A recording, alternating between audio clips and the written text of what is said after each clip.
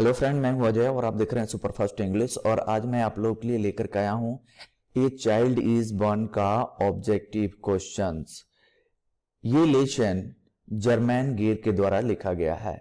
सबसे पहले आप लोग को काम ये करना है कि जितने भी लेशन हैं और उसके राइटर है उसका नाम याद कर लीजिए, क्योंकि ज्यादातर क्वेश्चन राइटर्स और उसके लेसन से पूछे जाते हैं। और जब आपको याद रहेगा तो बहुत सारे क्वेश्चन आप ऐसे ही आप कर सकते हैं।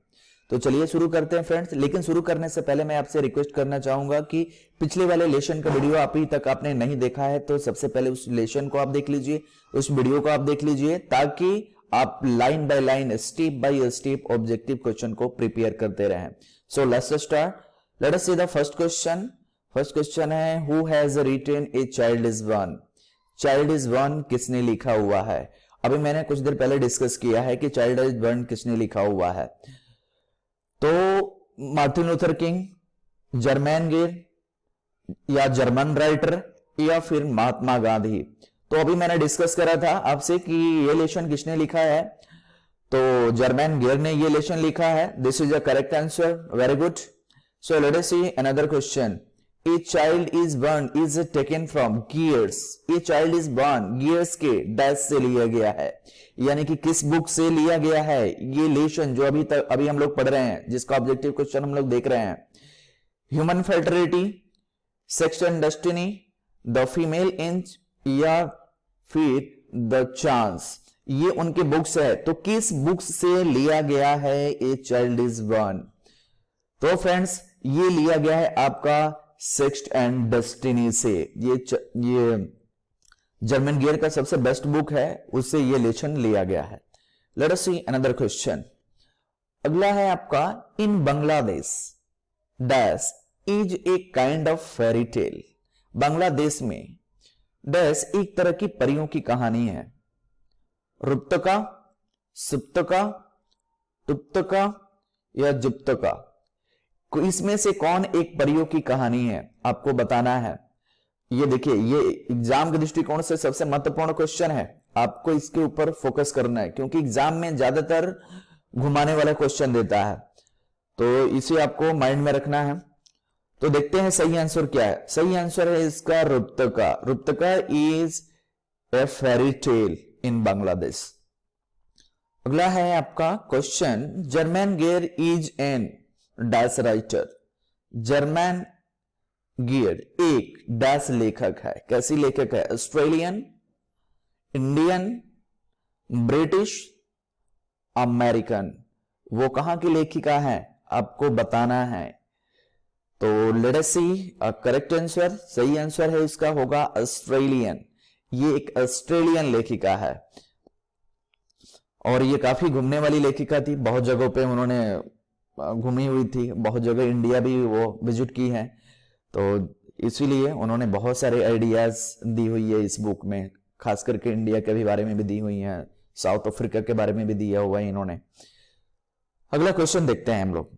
Dash visited an enormous modern hospital for Bantu patient in South Africa.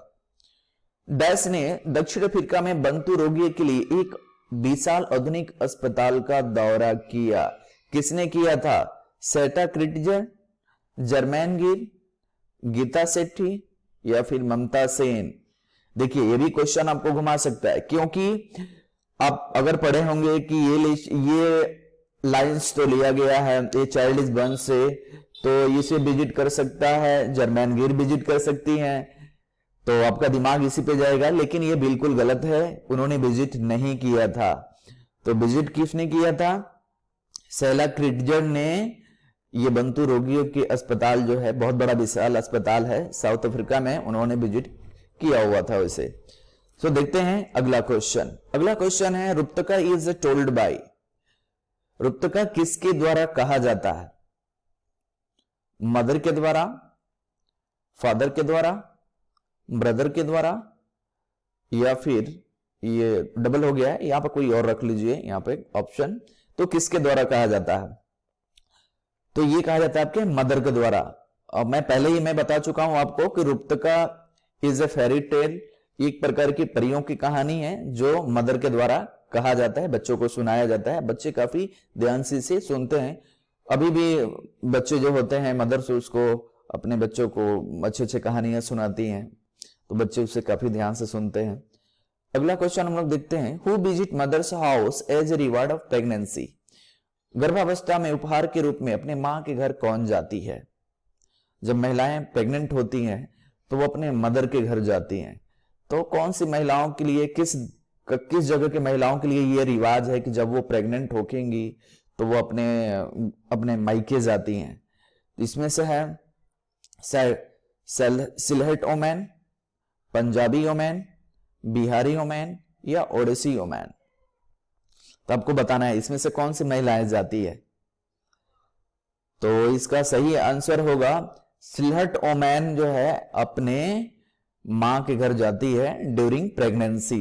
अब आपको पता होना चाहिए कि सिलहट का मतलब क्या होता है। सिलहट बोलते हैं, बंगाली ओमैन को बोलते हैं सिलहट ओमैन। ये एक ओल्ड लैंग्वेज है जिसे इसे रिप्रेजेंट किया गया है यहां पर। तो ये आपको पता होना चाहिए, एग्जाम में ऐसे ही आपको घुमा फिरा करके क्वेश्चन पूछा जाता है। चलिए देखते हैं अगला क्वेश्चन। तो अगला क्वेश्चन है, Sylheti woman and her child are given a new dress on the day of the birth. Sylheti महिला और उसके बच्चे को जन्म के 10 दिन पर नई पोशाक दी जाती है। यानी कि बच्चा कितने साल का हो जाता है या कितने दिन का हो जाता है तो अगल बगल के या रिलेटिव उसके मां को और बच्चे को नए ड्रेस देते हैं। तो आपका ऑप्शन है 6 दिन का या 7 दिन का, 8 दिन का या फिर 10 दिन का। देखिए ये भी अच्छा क्वेश्चन है, एग्जाम में पूछा जा सकता है, तो कीप इन माइंड, इसको आपको दिमाग में रखना है। तो सही इसका आंसर होगा 7th डे। बच्चा जब 7 दिन का हो जाता है तो बच्चे की मां को और बच्चे को न्यू ड्रेस दिया जाता है रिलेटिव के द्वारा। चलिए देखते हैं अगला क्वेश्चन। अगला क्वेश्चन है, in Bangladesh rupkatha is a kind of. Bangladesh में रुप्तका एक प्रकार का डैश है। तो अभी मैंने कुछ देर पहले मैंने डिस्कस किया कि रुप्तका के बारे में मैंने डिस्कस किया था कि रुप्तका क्या है। बांग्लादेश में ये एक प्रकार का क्या है, स्वीट डिश या एक प्रकार की मिठाई है या फिर ब्रेड है, फेरी टेल है, पोयम है। तो इसे आप याद रखेंगे, ये एक फेरी टेल है, एक परियों की कहानी है। समझ में आया? अगला क्वेश्चन देखते हैं हम लोग। Child is born, what is a child is born. Child is born क्या है? स्टोरी है, स्पीच है, नॉवेल है या फिर एसे है। ये भी आपको याद रखना है। ये एक प्रकार का क्या है, स्टोरी से आप कहेंगे चाइल्ड इज बॉर्न को, या फिर नॉवेल कहेंगे, स्पीच कहेंगे या फिर एसे कहेंगे। चलिए देखते हैं सही आंसर क्या है। तो सही आंसर है आपका एसे। ये एक प्रकार का एसे है। अगला क्वेश्चन है, a dash women has to observe various taboo ritual and customs. एक डैश महिलाओं को कई चीजों से वर्जित और रीति रिवाजों का पालन करना पड़ता है। किस प्रकार के महिलाओं को कई सारे चीजों से वर्जित और बहुत सारे उसे रूल रेगुलेशन यानी कि रीति रिवाजों को पालन करना पड़ता है? वो कौन सी महिलाएं होती हैं? प्रेग्नेंट होती हैं, विडो होती हैं, वीक होती हैं या फिर स्ट्रांग होती हैं? आपको बताना है कि किस प्रकार के महिलाओं को कई सारे चीजों से उसको वर्जित रखा जाता है और बहुत सारे रीति रिवाजों को उससे पालन करना पड़ता है। तो चलिए देखते हैं इसका सही आंसर। तो सही आंसर होगा प्रेग्नेंट वोमैन। तो एक गर्भवती महिलाओं को कई चीजों से वर्जित रखा जाता है और बहुत सारे रूल रेगुलेशन को उसको फॉलो करना पड़ता है, रीति रिवाजों में उसको रहना पड़ता है। अगला क्वेश्चन है, जर्मैन गेर is a famous dash writer. एक प्रसिद्ध लेखक हैं। Scientific, feminist, childish, all these, या इनमें ये सभी हैं। वो क्या हैं? तो जर्मैन गिर एक फेमिनिस्ट राइटर हैं। अगला क्वेश्चन हम लोग देखते हैं। Germaine Greer belongs to dash. Germaine Greer से संबंध रखती हैं। कहां से संबंध रखती हैं वो? इंडिया से, अमेरिका से, पाकिस्तान से, ऑस्ट्रेलिया से। किस कंट्री से हैं वो? किस कंट्री के वो राइटर हैं? चलिए देखते हैं करेक्ट आंसर। तो सही आंसर है ऑस्ट्रेलिया। ऑस्ट्रेलिया से वो संबंध रखती हैं। समझ में आया फ्रेंड्स? अगला क्वेश्चन है, in dash dash societies child birth is family affair.